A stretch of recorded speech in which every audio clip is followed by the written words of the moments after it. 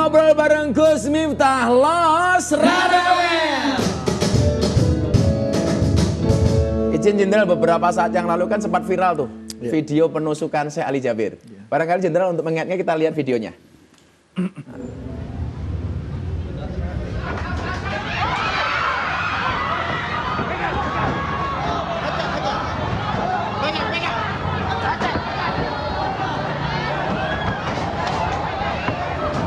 Ini kan penusukan ini kalau nggak salah terjadi di Bandar Lampung kemarin, Jenderal, ya? Di bulan September. Ya. Ada yang menilai ini bukan hanya sekedar tindakan kriminal, tapi ada indikasi mengarah ke kelompok radikal.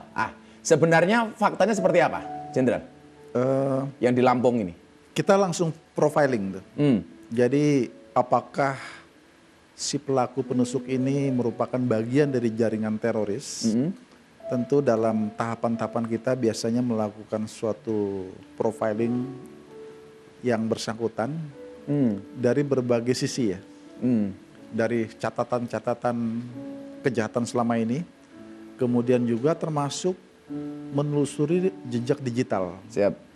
Terhadap pelaku penusukan ini, kita tidak menemukan bahwa dia terafiliasi dengan jaringan teroris. Hasil profilingnya tidak ada keterkaitan ya? Tidak terkait. Seingat saya ini sudah akan masuk dalam masa persidangan ya. Terhadap. Kalau ada pandangan seperti ini, Jenderal, kan sering bilang, wah kalau nusuk kiai dibilang gila gitu. Ini yang saya juga kesulitan untuk menjawab. Ya, semuanya harus dilakukan dengan proses yang disebut sebagai scientific crime investigation. Dia harus mendengarkan ahli. Ada keterangan ahli. Pendapat ahli terhadap pertama masalah kejiwaan, termasuk masalah psikologi. Jadi ini biasanya dilakukan asesmen, dilihat background atau latar belakang motif apa yang melakukan dia sampai melakukan kejahatan seperti itu. Jadi ini sebuah proses ilmiah yang tentunya tidak bisa ditentukan oleh penyidik sendiri. Penyidik meminta bantuan kepada ahli dan kemudian nanti akan disimpulkan setelah dikombin dengan seluruh fakta-fakta yang ditemukan. Ya, artinya tidak serta-merta dikatakan gila ya? Tidak, hanya peranggapan seperti itu biasanya beredar. Biasanya di medsos ramai, dibilang gila. Termasuk peristiwa ini oleh pihak keluarga pada waktu itu seolah diinfokan. Gila? Seolah dia sedang mengalami gangguan kejiwaan. Padahal ternyata setelah tes ternyata masih sehat. Itu tidak dipercaya begitu saja. Oleh karenanya harus ada pemeriksaan ahli tadi. Benar gila secara sadar atau memang di luar kesadaran dia. Iya, kenapa sih selama ini selalu menggunakan dalil tidak waras? Karena memang hukum itu kalau dalam agama, Jenderal, itu kan tidak diberlakukan atas 3 golongan. Yang pertama anak kecil sehingga dia balik. Kemudian orang tidur sampai dia bangun. Dan yang ketiga adalah orang gila sampai dia sembuh. Makanya kalau anak-anak band kepo ini pengen kamu nggak sholat, pengen nggak puasa gampang. Jadilah anak kecil terus, tidur terus, atau gila terus. Kamu nggak sholat nggak apa-apa kalau gitu. Jenderal, ini kan upaya deradikalisasi yang dilakukan oleh BNPT adalah salah satunya pemberdayaan terhadap napi terorisme. Bisa diceritakan program ini seperti apa, Jenderal? Dan masih berjalankah? Di dalam lapas biasanya yang dilakukan adalah program-program deradikalisasi dengan memberikan pertama tentang wawasan keagamaan, wawasan kebangsaan, kemudian wawasan terkaitan masalah psikologi. Artinya kalau melibatkan wawasan kebangsaan juga melibatkan tokoh-tokoh agama? Tentunya iya. Dan itu biasanya terjadi proses dialog, diskusi, setara ya, antara narasumber dengan objek. Jadi di sini dalam proses dialog ini sebenarnya diharapkan terjadinya perubahan mindset kembali. Yang mereka tadinya berpikir ke arah radikal menjadi berpikir secara moderat. Jadi proses ini bertahun-tahun dilaksanakan. Sampai hari ini ya? Sampai hari ini, yang di luar lapas setelah mereka keluar. Yang pernah kita lakukan di Kalurang? Ya. Itu saya sorry, karena tokoh agama kita sering diundang. Tapi mohon maaf, BNPT nggak butuh band. Kita bisa gabus juga kok. Enggak.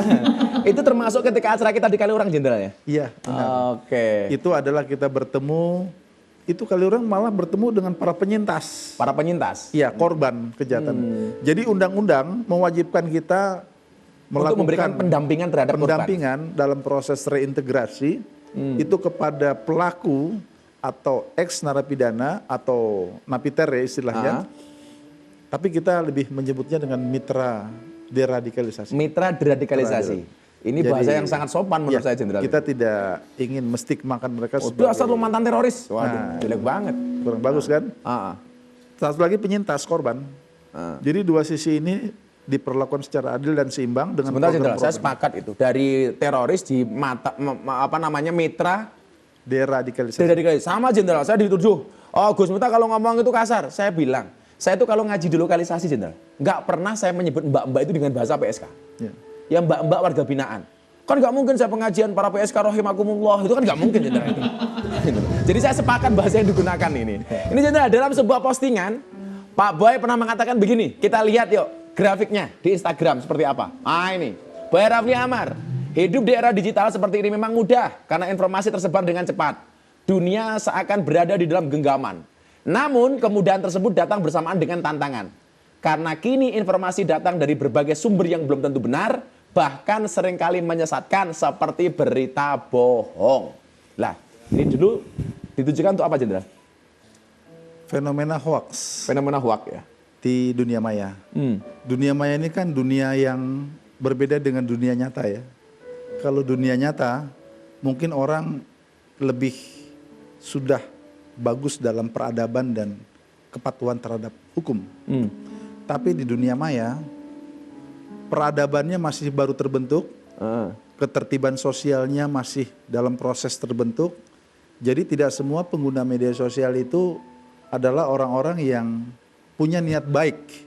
Untuk bermedsos ya? Bermedsos, sangat senang dengan medsos. Dengan medsos ya? Karena itu adalah andalannya dia untuk melakukan diseminasi. Artinya kalau persentasenya besar, Jenderal ya? Sangat besar. Jadi bayangkan dia berada di luar negeri, seluruh dunia termasuk di Indonesia dengan cepat bisa diakses oleh publik kita. Iya. Jadi kecepatannya tentu dengan teknologi informasi seperti ini sangat luar biasa dan dengan mudah bagi mereka. Ketimbang dakwah face to face. Face to face. Face to face paling kita jumpa berapa orang. Iya. Tapi kalau dengan menggunakan medsos langsung jutaan. Persis, Jenderal. Saya itu kalau posting di Instagram itu yang nonton 200-500 ribu. Artinya satu postingan itu bisa mewarnai 500 ribu orang minimal. Belum yang dibagikan. Tapi heran saya walaupun follower saya 1,5 juta, Jenderal, belum di-endorse sama BNPT, Jenderal. Kayaknya abis ini langsung perlu kontrak. Hari ini harus kontrak BNPT ini. Artinya saya sering mengatakan begini, kalau satu pistol, satu peluru itu kan satu kepala. Iya. Tapi satu postingan bisa jutaan kepala. Jutaan. Artinya juga BNPT untuk menangkal itu menggunakan medsos juga. Itu yang namanya kontraradikalisasi. Kontraradikalisasi. Karena kan ada tugas tadi yang saya katakan, deradikalisasi, kontraradikalisasi. Jadi termasuk kontra narasi. Kontra narasi paling efektif menggunakan medsos. Ya, antara lain kita membentuk yang namanya duta damai. Mau nanya tanya apa kamu? Ya. Kalau kita menemukan postingan yang hoax atau yang mengandung radikal dan teroris gitu, kita mesti gimana ya kira-kira? Yang pertama kita harus melihat secara bijak, kira-kira dalam pemikiran kita postingan itu memiliki nilai kebenaran atau tidak. Dan yang kedua, kemanfaatannya buat diri kita. Tentu ini memang perlu untuk berpikir, karena narasi itu kan memang tidak semuanya dapat dengan mudah dipahami ya oleh anak-anak, apalagi generasi muda. Oleh karena itu kita harus waspada dan bahkan bisa, paling tidak bisa konsultasi. Dan bahkan juga bisa minta mohon petunjuk kepada beliau. Ya, kamu minta petunjuk sama saya, kan follower kamu dikit. Ya, minta petunjuk kepada yang banyak. Kalau misal cara memfilter mediamu dari hoax-hoax gimana sih kalau kalian itu? Kalau kita paling melihat narasumbernya sih, dari sumber dari mana gitu. Baru kalau misalkan kita memang lihat ada yang jelas, mungkin bakal kita baca dengan benar. Tapi kalau misalkan memang kadang-kadang sumbernya nggak jelas, kita lewatin aja.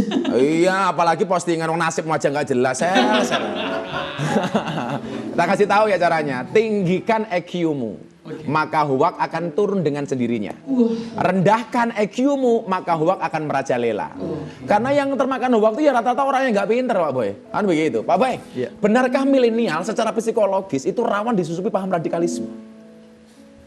Karena golongan atau generasi milenial tentu mereka adalah generasi yang masih muda dan mencari jati diri ya. Jadi kalau miskin sumber keteladanan, dia akan cari kepada informasi-informasi atau gemar dengan hal-hal yang seperti itu. Itulah pentingnya kontra narasi ya. Kontra narasi. Makanya kan dalam rangka mengedukasi kita harus imbangi agar yang narasi radikal itu tidak dikonsumsi oleh generasi muda kita. Betul. Karena hari ini kan kita sedang bonus demografi ya. Jadi generasi milenial ini dapat dikatakan sebagai angka yang sangat dominan. Iya, kalau Pak Boy ini bukan milenial, Sel. Sudah kolonial, tapi selera milenial. Sekarang ngobrol yang agak enteng dikit lah. Saya mau kasih, dari tadi berat-berat sih materinya nih. Nah, kita sekarang lihat foto. Foto Capturean Pak Boy ini. Wah, masih oke sepedanya. Ini sepeda tua, Pak? Iya. Atau punya kenangan sejarah dengan sepeda ini? Bukan. Ini berada di Pusat Pendidikan Sabara. Oh, Sabara. Polri. Nggih. Di mana sepeda ini ketika 30-an tahun yang lalu dipakai untuk latihan bagi polisi-polisi untuk berpatroli.